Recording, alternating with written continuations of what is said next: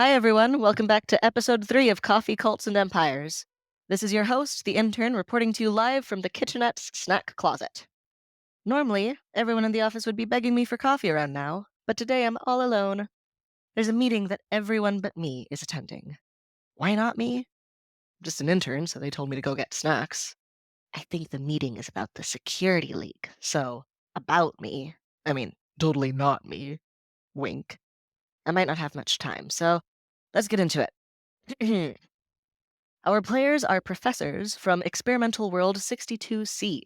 The game itself is set 1,000 years in their past at a gambling hall resort, where they have been enjoying the ambiance, making fun of the local coffee, and dealing with giant arachnid attacks. They killed those spiders so effectively that they got noticed by the Lord of Hospitality, Tenovadan. The meeting with Tenovadan included a broadcast of characters, some of which are...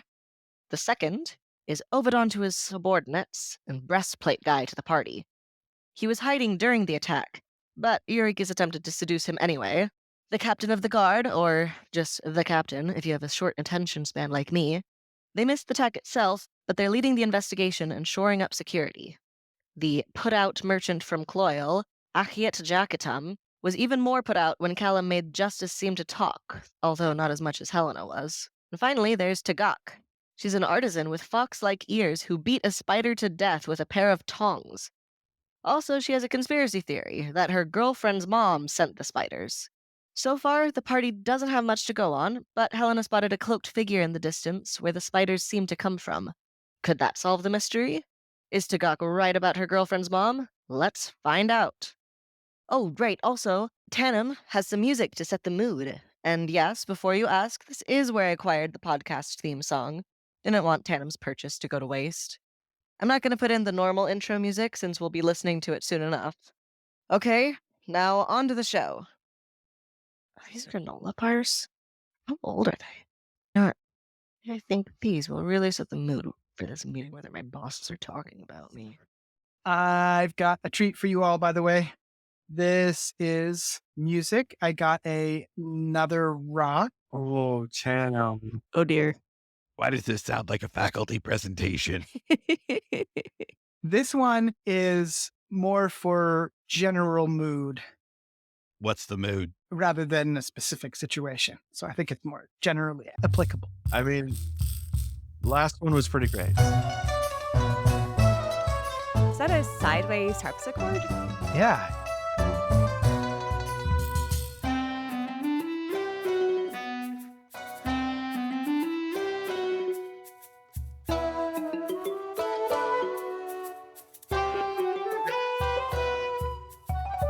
I feel like something important is about to happen. Right? I'm curious.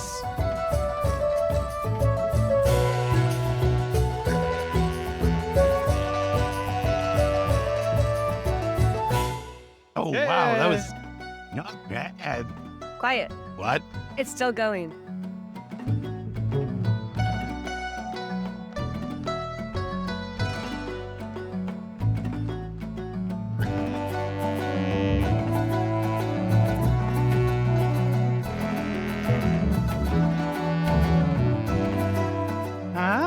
Huh? It's good music.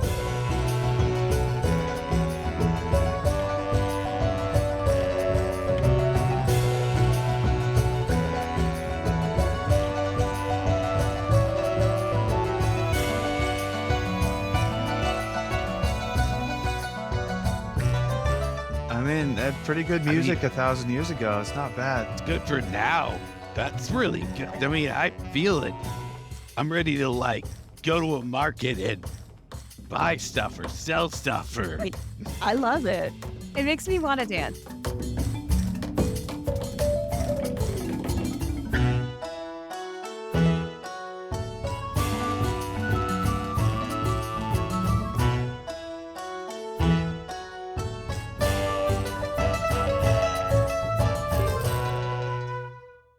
That was really kind of long, Adam. If I ever have to roll initiative to something that long, I'm going to kill you. It was quite long. There's good music. You said it was period appropriate. Yeah. It's guaranteed 1,000 years ago. Oh, Tanam. Oh no. What? Look, I'm sorry to break your mirror, that song. It has the sideways harpsichord in it. Yeah, it doesn't sound great. I really like that part. I Dude, thought it was pretty nice. it sounds great. The sideways harpsichord was not invented until like 700 years later, approximately 3398. Oh, We're playing in 2667. Oh, buddy. What? No. Sorry, I didn't mean to be condescending. It's just Well, I mean, Tanam's buying all these rocks. I understand why you're taking nothing for granted. I know they're certified guaranteed period appropriate, but that is not period appropriate. That's 700 years off. Tanam. look, I don't say much nice about Harmony, but she does kind of know her instruments. Mm-hmm. No, like it's Intern's teeth. Like all of the, all the old timey music always has sideways harpsichord in it. Yeah, from old times like 50 years ago. Maybe 200. Sounds great, though. No, it really does. It's fun music. Yes. Okay. Yeah. Harmony, you're being surprisingly nice, honestly. I just am looking at your face. You spent so much money on it. And it's good music. It's fun. It's just, I'm tired of watching you get scammed. How many more did you buy, Tanam? Well, we won't discuss this. Is there any way I could get you to scream it's not period, just, for me? Sure. It's not period. Nice.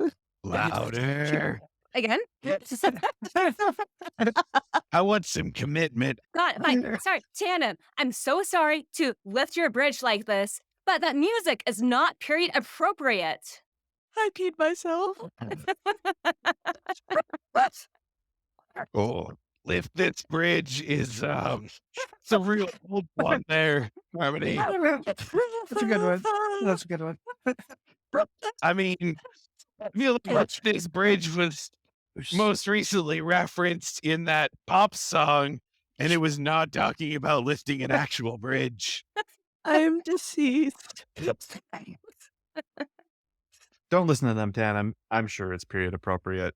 It probably just sounds like a sideways harpsichord, It's probably... Nah, you got scammed, man. Sorry. Yeah, no, there's no way around it. I love you. I love your rock. It was a very good song. Shall we get back to the game? I do get to Please. refresh myself one moment.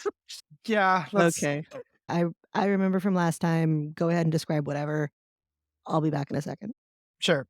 Last time we were in the office of the Lord of Hospitality, Tanovadan, and the captain was looking a little bit down about having not prevented the attack and actually not being there for it, and had vowed to get to the bottom of it. And just before we concluded last time, the artisan who had beaten the one spider to death with the fire tongs had just given a speech about how she thinks that the spiders were sent by her lover's birth mother, who doesn't think that they should be together, doesn't like this idea that Tagak is with her daughter. Hey, I'm back. So, as part of all of that summarizing, did you remind everybody that Hellena is absolutely pissed about what happened with the illusion on justice? Oh, man. Fully forgotten. That's where my spell slot went. Hellena is pissed. Ooh. It'll probably be fine. Mm, There will be a reckoning about that later. We can also do some of that, but just before we concluded last time, everyone was silent and digesting this weird rant that the artisan just went on about how these deadly spiders were sent by her potential mother-in-law as a way of driving her away from the daughter. Did we get an idea of who this lady's mother-in-law was? I forget. No, we have not heard anything about that. Well, in that case, hey, so who is your mother-in-law anyway? She the kind of person that we should be worried? I mean, she already sent spiders. That seems pretty bad, but is she a noble or independently wealthy? Is she going to be a big problem, I guess is what I'm saying. I mean, yeah, she sent a bunch of giant spiders after us. So, like I said before, she's not subtle. But the two of them live alone together out in kind of an oasis area out into the desert a little bit. Actually, she has her own tower there. Her mom does. Great. Creepy rich person in the desert. That's just what we wanted to hear. Well, at the risk of being contrary, while it sounds like this person has a motive and a means, that is not proof that that's actually who's behind what happened. Well, you know, you can think what you want, but I know what's up. The captain and the Lord of Hospitality both don't look particularly convinced, but they are not as unconvinced as the artisan is convinced. Like, you know, the magnitudes of those are definitely different. I turn to the captain and I say, is there anyone else who might have a motive? That's an interesting question. Definitely something I need to look into. Yeah, I've got to say, it's pretty embarrassing, but I'm caught pretty off guard on this. This is kind of my job, and this is not something that I have heard anything about through my network or anything. It is just really out of nowhere. Said both the guard and the DM. The Lord of Hospitality seems to have made a bit of a decision and says, well, as it is very late, two things. One, I think we should probably get some rest. We can obviously have our guards to continue to be on extra alert, but I think that the immediate threat seems to have passed, and I think we'll probably all think better on some sleep. Secondly, y'all did a wonderful job of repelling this attack, and I'm wondering if you might be willing to take on a temporary position with us, investigating it a bit and finding out what went wrong. I have the utmost of faith in the captain, despite their own misgivings, but this is, like the captain said, quite irregular and out of nowhere, and more than we're set up to normally handle. The second, the one who was hiding inside and showed you upstairs, breastplate guy, has been scowling since she started talking about you getting involved. He says, well, maybe it is something that we should be better prepared for. This is maybe a leadership question. Oh, The Lord of Hospitality shoots him just the most I am going to cut your liver out kind of glare and says, as I said, I have the utmost confidence in the captain. Thank you, second. I'm gonna make the cheetah make the noise that I actually made. The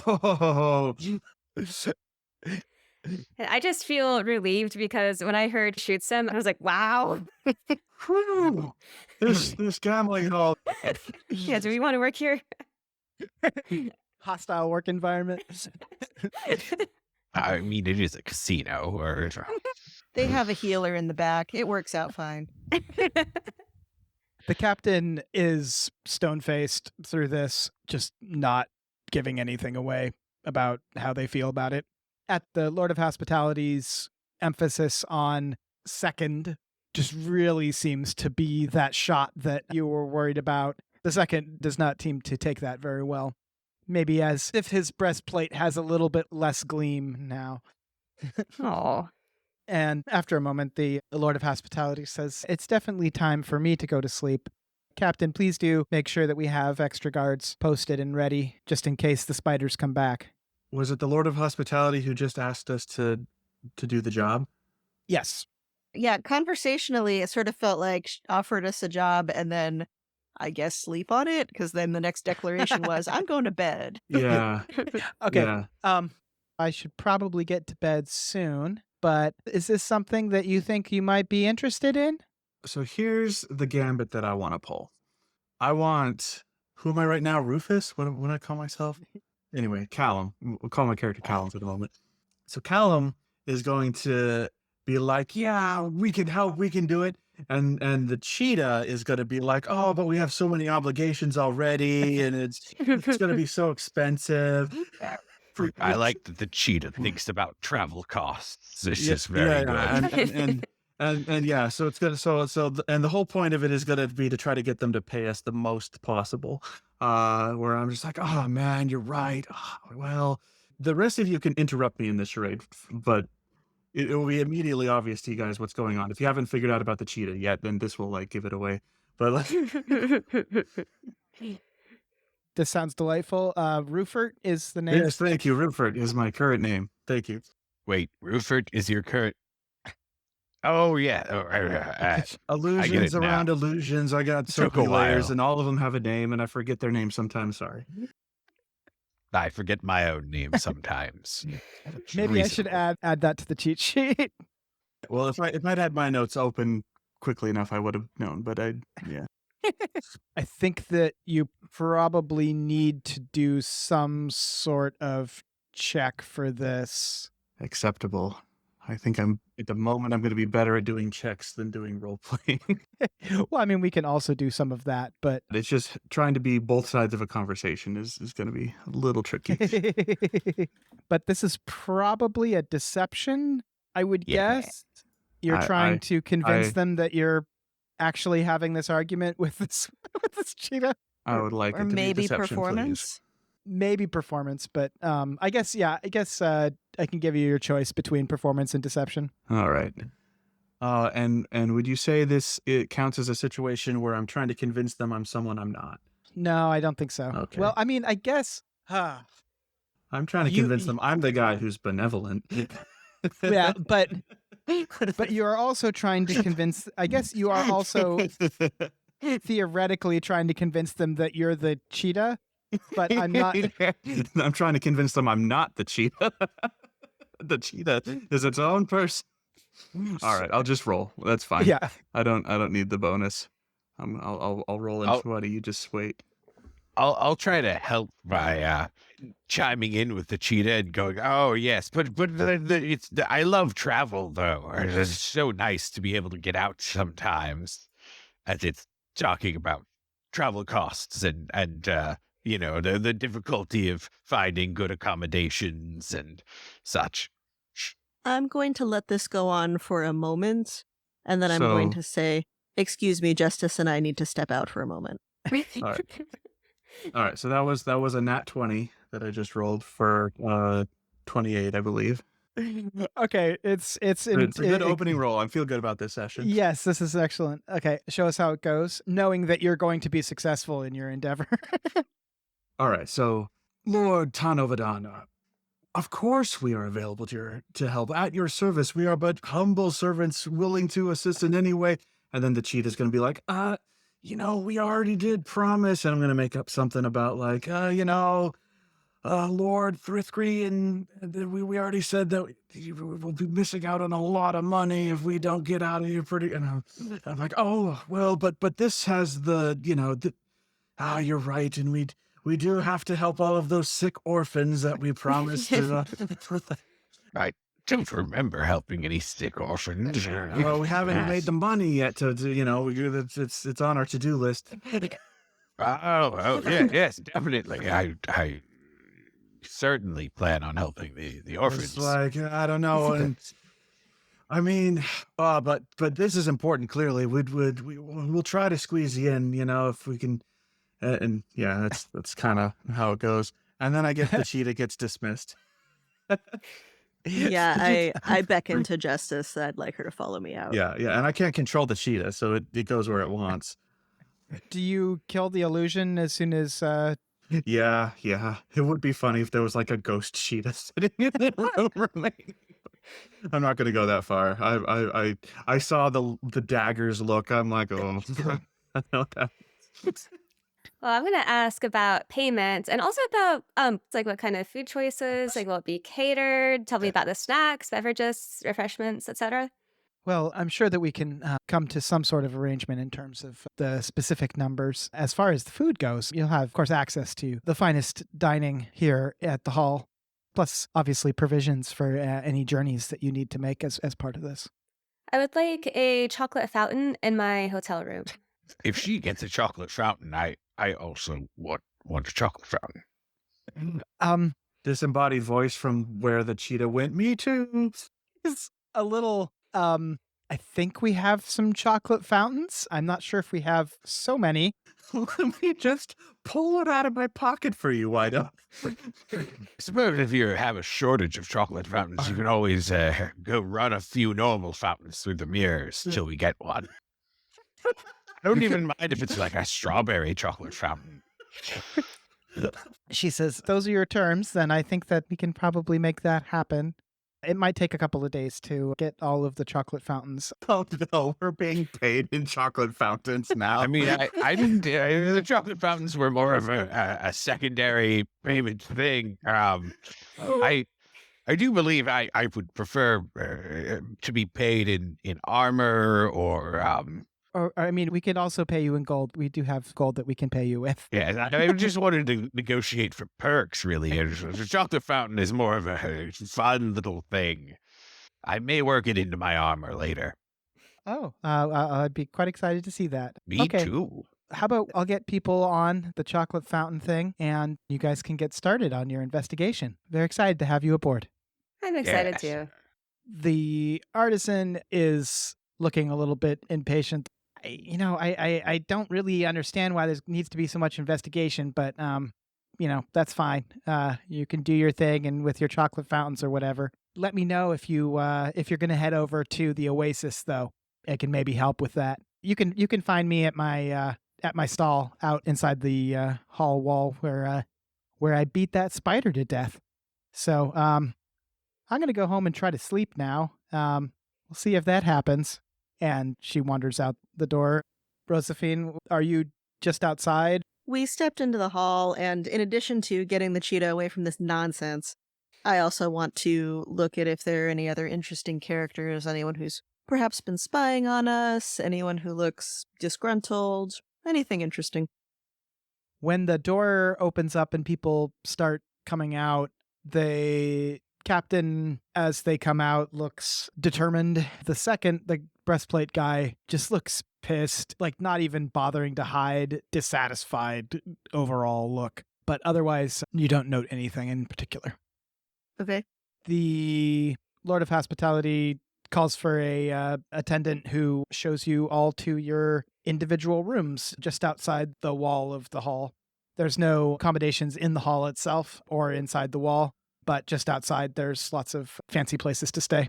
And you are shown to the fanciest. What is everybody doing once you get to your room? Well, mostly getting the spider guts off my armor. I lock all my windows. I go to the bed and I untuck the sheets. So later when I go to bed, like if I need to just take them off in a hurry, I can. I don't have to worry about it.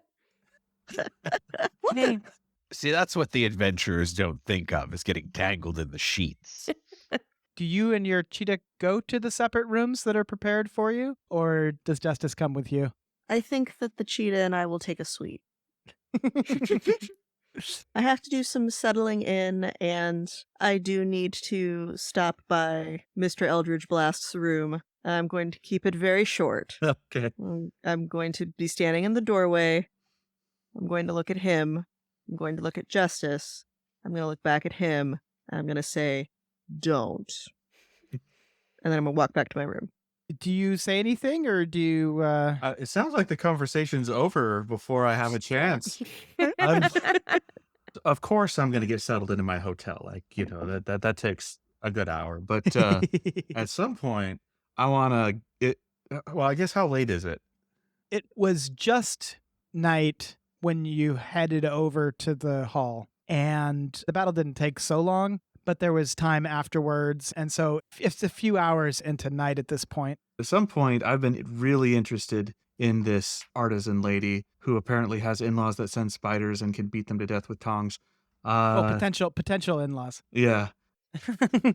And yeah, like I wanted to talk to her since I found out about the tongs thing. So I'm going to go by and see if she's still up. And I'm not going to be super subtle about it, so I guess if anyone wants to come with me, they can. I'll go with you. Yes, I'll join as well.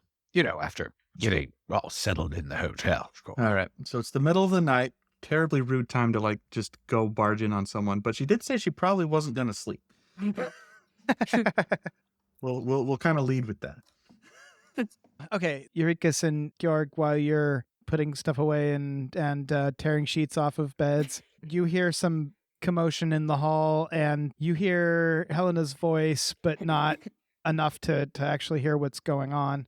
And then about an hour later, you can hear a door opening into the hall. I'm gonna like gently knock on everybody's doors. This group seems cool. I'm just been like, hey, Okay. I'm gonna go talk to that weird fire tongs lady. You guys should come with me. It's gonna be good. I know it. Yes, yeah. I mean, are you going to make the cheetah talk again? Oh, was it that obvious? I thought I was so sneaky. You know, it was pretty sneaky until it got obvious. I don't think the guards caught on there. I mean, as long as we get paid, that's what's important. Oh, I bet we will. I'm just gonna stay behind both of you. No thanks. I'm so tired. Oh, and can I read Georg's mind? Just in general while I'm being sneaky. No. I mean, yeah, but yeah. no. Good luck sneaking up on me. Can you beat a perception of -2? I guess surface thoughts for Georg? I'm kind of hungry, and I'm real curious about this, I've forgotten your name.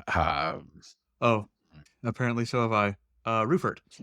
Ruffort, that was it. Anyway, Ruffort, I'm real curious about Ruffort, so I'm probably thinking something to the effect of like, who is this guy? He's kind of funny. I like him. He makes cheetahs talk, and anybody who makes cheetahs talk's got to be cool. All right. Well, sensing your opinion of me and also that you were like laughing about getting paid, I'm also starting to like you back. Plus, you were a pretty good meat shield, and I really like having a meat shield around. So, despite the fact that Eurekas seems to like you sometimes better than me, seems like we're cool. Yes. Yes, well, definitely. We just start joking and laughing along the way. Eurekas probably doesn't even have to hide. She can just like walk 10 feet back. Yeah, I'm not really looking for her. Do you also knock on Hellena / Justice's door? I won't knock, but I'll be like, I'll go outside the door in a like medium talking voice, be like, hey, we're gonna go talk to that tongs lady. Do you want to come? And I'll wait like 1 second. Okay, bye. I'm less interested in like disturbing you right now. I was giving myself a foot rub, so I've got to slip my boots back on. But yeah, I don't want to split the party. All right, so we're like halfway down the hall, and you come out the door, and I'm just like, oh, she doesn't look like she's actually glaring at me now. Okay. Is that when Eurekas is like ducks behind a corner or something? But I think as I jump really high, you know, there's probably like something I could hold on to on the ceiling, right? It's like a bar. I have good abs. I can Good just... old convenient bars on the ceiling, yes, I'm sure. Can I roll for a bar? You got to roll a 21 on the die. I think they have an aesthetic of exposed cross beams going on in the hallway. So, guess athletics check. So you know what? I guess it's more acrobatics. Yeah, this is more acrobatics. 8 + 5. Okay, so 13. You try to do this super cool maneuver where you're going to try to get out of their line of sight by pushing your foot on the wall and jumping up and grabbing onto a crossbeam thing, and you halfway do it, but you slip when you try to grab it. You don't get a good grip on the thing, and so you land back on your feet. I'm going to walk by like I didn't see anything, but Justice is going to walk up to her and sniff. Oh, I love Justice. I just go, hi, everybody. I'm coming. Okay. I whisper, it would have been a sweet loaf. Thank you. Okay, so you head out of the hotel. You see some staff along the way, and there's no questioning glances or anything. It is very much, you are guests at this fancy hotel, and whatever weird things you want to do, like going out in the middle of the night, is totally fine with them. They will be waiting with bated breath for your return, is at least the attitude that they are trying to convey. Yeah, I'm used to that. Watch out. They're going to tuck your sheets back in. Oh, no. Oh, I do say to the group, hey everyone, I have a request.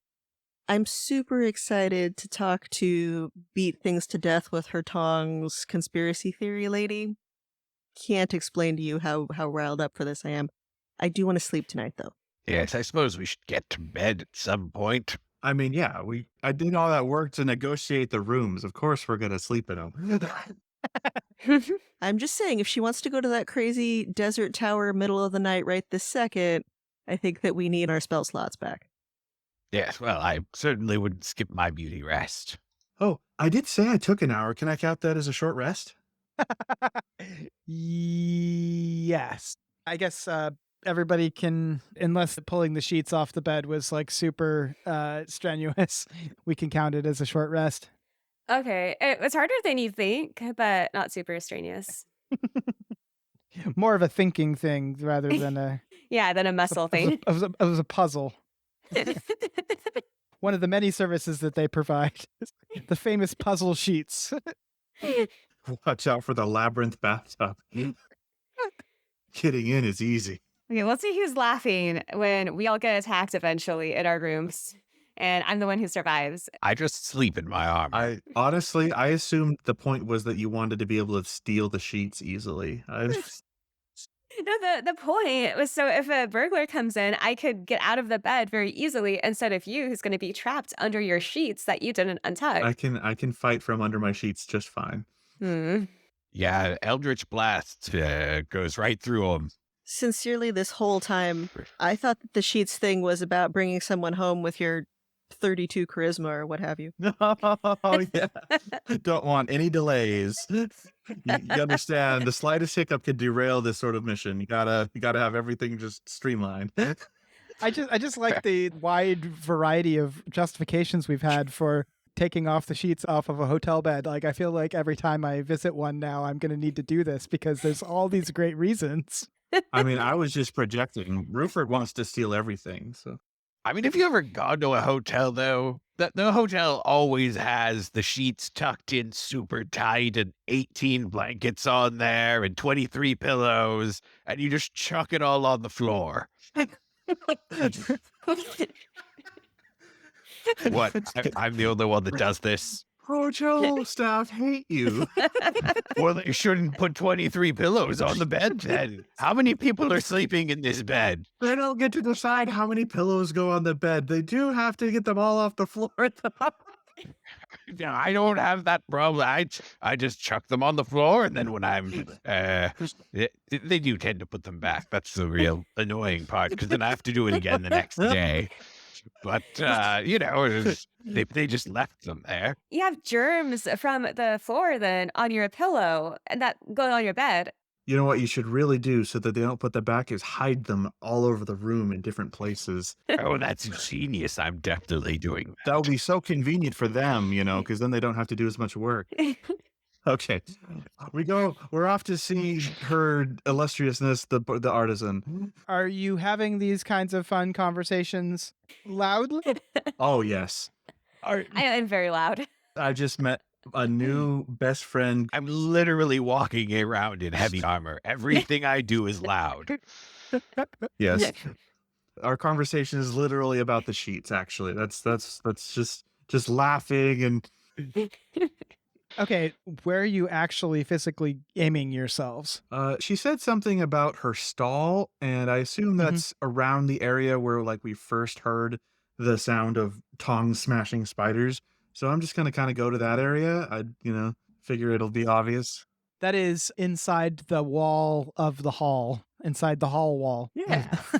And yeah, there's a wall around the hall, and there's a courtyard between the hall and the wall. And against the wall are stalls that sell everything from food to the trinkets that the artisan sells. Being that it is the World Great Gambling Hall, despite being super late, there's still people around, and there's always someone there willing to queue up your item and throw it in the mirror for you, as well as, of course, people doing side bets. Most of the stalls, however, as you are walking over there, are closed up. There's a stall with a bored-looking clerk who's selling the sort of snacks that someone might want to get in the middle of the night, but doesn't have any customers. And just looks hopeful as you pass, and then as you keep going, just kind of, okay, goes back to just kind of leaning on the counter and staring at nothing. I flash that clerk a smile. The clerk does see it and returns it briefly, and then goes back to staring off into nothing. Oh, okay. Now I'm frowning. So you come around the back of the north side of the hall, and the artisan's stall is closed up for the night. But right next door to it, there is a food stall that seems mostly closed up, except there's someone standing just inside of it in a food server apron. Do they look like they have fox ears? No. Uh. But standing in front of him with their back to you is a cloaked figure. Oh, does that look familiar? I mean, it's a cloak. Super familiar. You've seen cloaks all the time. Yeah. Yeah, it doesn't necessarily look like the one that you saw before, but could be. Well, that's no fun. I mean, I can't ask everybody that's wearing a cloak if they set spiders on the city. Yeah. The two of them seem to be engaged in a whispered but lively conversation. And as you come around the corner, being quite loud, and see them. What if you tied the sheets in knots and then you hung them out the windows? Oh, that's a good idea. And then when you need to make a quick getaway, you could just jump out the window. Wait, let's tie all of our sheets into a long rope and see if we can set it out one window and back in another one. Oh, yes. Oh, and let's put all the pillows in a big bag and put those under the rope. So if we fall, it's all cushioned. So that I think that you should tie the sheets around your pillows. that conversation represents my stealth check, by the way. Everyone roll a perception check for me. I rolled a 3. Is this site-based? Yes, this is site-based. Helena got a 21 and Justice got a 9. Okay. So my perception is +2, and when I rolled, I got a 5. Okay. Georg, what did you get? Oh, 8. Total. No, sorry. 11 total. I can't add. That's the problem. Helena, as you are saying that you should wrap the sheets around the pillows, you see the figure in the apron hush the person in the cloak. Just like, oh, hey, people are coming. You should stop talking. It's very clear that that's what he is trying to convey. Everyone else just sees that there are people there, but doesn't notice that detail. Although I guess someone did get a 3, so. That was me. Still haven't noticed there are people. Yeah, you're still really intently thinking about this idea of wrapping the sheet in various ways. Sometimes you have to close your eyes to really get a good notion of it. So is that the artisan's stall, or are they neighbors of the artisan? It's like next door.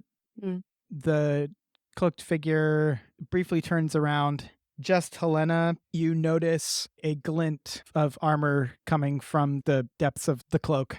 Mm. Yours was what, 21? Yes. Yeah, I'll say with that, you notice that upon turning around and seeing that it is y'all, they react visibly and get tense. They were relaxed before, if kind of looming, but they definitely tense when they see that it's you. You should let me know when I notice that there are people there. Well, I look right at them and I say, hell of a night. Are y'all still selling food? The food seller, the person in the apron, I'd say looked maybe almost relieved and says, no, just boarding up for the night and just kind of finishing up and gonna get home and get some rest before, got an early day tomorrow, got hungry people to feed. And I say, oh, that's a shame. I'm starving. I'm going to roll here. Okay. The shopkeeper briefly makes eye contact with you, like directly, and is seeming to think something over, and then looks over at the cloaked figure and shakes his head a bit and says, well, sorry, closed everything up. First thing in the morning, though, would be I'll have a great breakfast tomorrow. Oh, what's for breakfast? Yeah, DM. What's for breakfast? Oh, I suppose I did put you on the spot there, didn't I? Here, read this menu. Oh, very nice. Thanks. No. Ooh, yes, So I don't mean to monopolize, but part of what I'm trying to accomplish here is I'm giving myself a little bit more time to observe anything about the cloaked figure, see if maybe Justice can smell anything other than whatever's for breakfast. Go ahead and give me an investigation roll. Are you guys heading over closer to them? Yeah, if they're right by the stall where we want to go. Also, apparently we're interested in breakfast now, so yeah, we're basically crowding around them. Do you have any sheets? We're gonna need breakfast and a lot of sheets right now. I rolled a nat 20 on my investigation, no joke. +1. Teeth. Okay. With the heading over there and that excellent nat 20, I think you managed to, despite his best efforts, definitely know for sure that this is, in fact, the breastplate guy.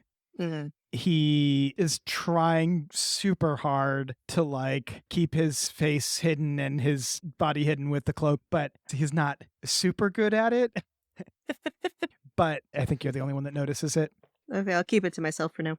Okay, so you've crowded around this poor shopkeeper and this cloaked figure and proceed to interrogate him about what foods are on the breakfast menu and harass him for a while until he brings out a menu and shows you like these wonderful etchings of the various dishes that he will be providing in not that many hours. So deeply, I want this to be the villain of the campaign, and we're like interrogating him about nothing important. I was just gonna say, I bat my eyelashes at him and go, please, we're so hungry. Roll persuasion. Okay, persuasion is +5, and I only rolled a 4. Oh no. No breakfast for you. Oh, That's unfortunately not going to do it. He's like looking very tired, but just like ducks his head back inside the shop and reaches over and comes back with an apple and hands it to you. huh. All right. I just start juggling it, just the one apple. Okay, make a performance check. Okay, my performance, it's a +10, and then I just rolled a 9, so 19. You do an amazing job of juggling the apple. And in fact, you eat the whole apple in between tosses. Everyone is very entertained, and the cloaked figure is slowly backing away. Just trying to be subtle and to disengage, and is not doing a very good job of it, and realizes that, and just finally just looks at the storekeeper and is very clearly like trying to change his voice. He's like, I'll see you tomorrow. All right, so at that point, I notice him. And since Eurekus is busy with the storekeeper, I'm going to talk to him. Because I just remembered that we were actually here for a purpose. I'll be like, hey, you've been here for a minute. Did you see if there was any like fox lady who was hanging out next door? Is she still awake? I just got here. And you just like... He's like, oh yeah, that makes sense. He turns around and just like runs away. Yeah. But like trying to not look like he's running, he's like, it sounds like you got something caught in your throat. You might want to stay in tomorrow. I'll be back tomorrow. No, don't come back. That's what I'm saying. What a nice guy that was. So can I go knock on the stall next door? Yeah. I'm not being subtle about it or anything. We've been loud as hell. I'm kind of surprised that the person hasn't come out. Okay, yeah. So you go over and bang on the boards. The shopkeeper is like, she's not here. She's usually only here until the early evening, and then she heads home. Ah, shucks. Right. I don't know where she lives. Do you know where she lives? I'll look at the shopkeeper, eyes burning into his soul. Oh yeah, that'll be convincing. Do more things for us. This poor shopkeeper. We've just berated him. We've cajoled him, tried to get breakfast out of the guy. And now... Just wait. I've been waiting for an excuse to start casting spells at him. He just... Oh, no. So he looks startled that you would ask, and very unconvincingly lies his head off. No, I have no idea. We're just, stall neighbors. I don't know where she lives at all. Okay, And his eyes are saying, please let me go. my insight is rather bad, so I think we should roll for this one. I might believe him. Okay. I got a 1. Not a nat. A what? I got not nat. I rolled a 3 and my insight is -2. So I got a 1. Okay. No one else does, but you definitely believe him. I'm like, No, that's just, yeah. Yeah, there's no way forward, guys. I look at him and I say, look, mister, I walked all the way down here to talk to this crazy-ass lady that I watched beat a spider to death with a pair of tongs. Yeah, that was nuts, wasn't it? And I didn't even get breakfast out of it. So help a girl out. Tell you what, if you'll just let me go to bed, I'll give you all breakfast tomorrow. You can show up. She'll be here tomorrow. She comes every day. And you just show up here in the morning, and I'll give you all a nice breakfast. And you can talk to her then. Deal? I mean, I do like breakfast. Yeah, I mean, that seems reasonable, right? Yeah, but we should have breakfast in our room first and then have second breakfast here. That sounds great. Oh, yeah, but definitely. Why did we need to talk to her tonight anyway? I don't know. I look at him and I say, it better be the best breakfast that I and my cheetah have ever had in our natural lives. And if your neighbor is upset that we had to wait to talk to her because she was waiting to find us, then I will let her deal with you in whatever way her displeasure moves her. At that moment, I'm like, wait a minute. You do know where she lives, don't you? I'm done talking to this man. I just start leaving. Okay. He looks utterly defeated and finishes closing up his shop. I think you all head back to your rooms. Any shenanigans on the way back? Are you going to go harass any other shopkeepers or steal anyone else's sheets or Helena's like genuinely upset that there's no fancy breakfast. I mean, there is. You just have to wait. Oh, what time does breakfast open? I mean, at our hotels, it's whenever we want. We can. No, I mean, but for the fancy breakfast. Quick, run after that shopkeeper. I'm sure he knows. I run after the shopkeeper. He sees you coming and starts running. I'm like, Eureka's, leave him alone. Poor man. I run faster and just yell, what time is breakfast? I'm here right after it starts being day.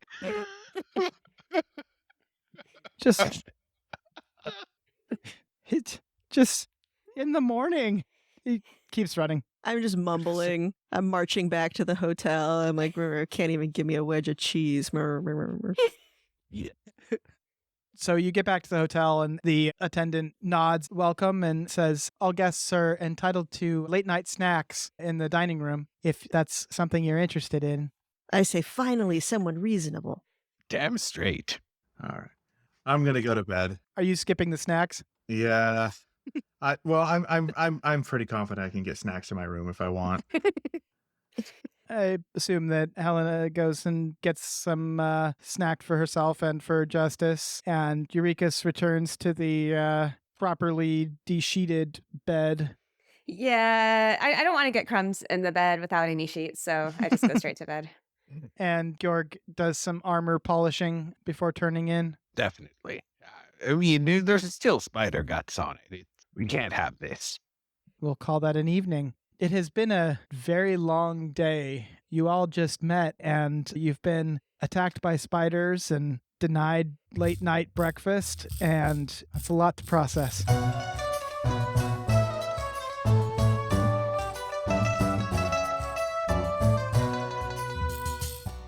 This episode featured Chelsea Burns as Harmony as Eurekas, That music is not period appropriate.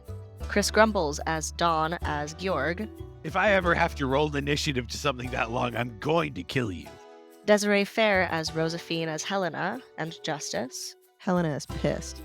Sylas Silver as Vafrus, as Calumn as Ruffort, Warlock spell slots are awesome, except when they run out, then they suck. Mark E. Phair as Tanam the DM, I'll see you tomorrow. and me, Damian Lichtenstein, as the Intern. Thank you for listening to Coffee, Cults, and Empires, edited by Mark and Desiree. Music by Kevin Vitzwong, rhymes with hit song. Hear more music at kevinvitzwong.bandcamp.com, Instagram kvw.makes. He also plays clarinet in Glitch Kibbitz, Kibbitz with an I, not a U. Listen at glitchkibbitz.bandcamp.com. Character art and logo design by Carmanda. Sensitivity consulting by Dominique Dickey. Support us on Patreon for access to outtakes, world building, and more. Find all these links in the episode notes or at coffeecultsandempires.com, where you can also find transcripts, art, actor and character bios, and more. That's coffeecultsandempires.com.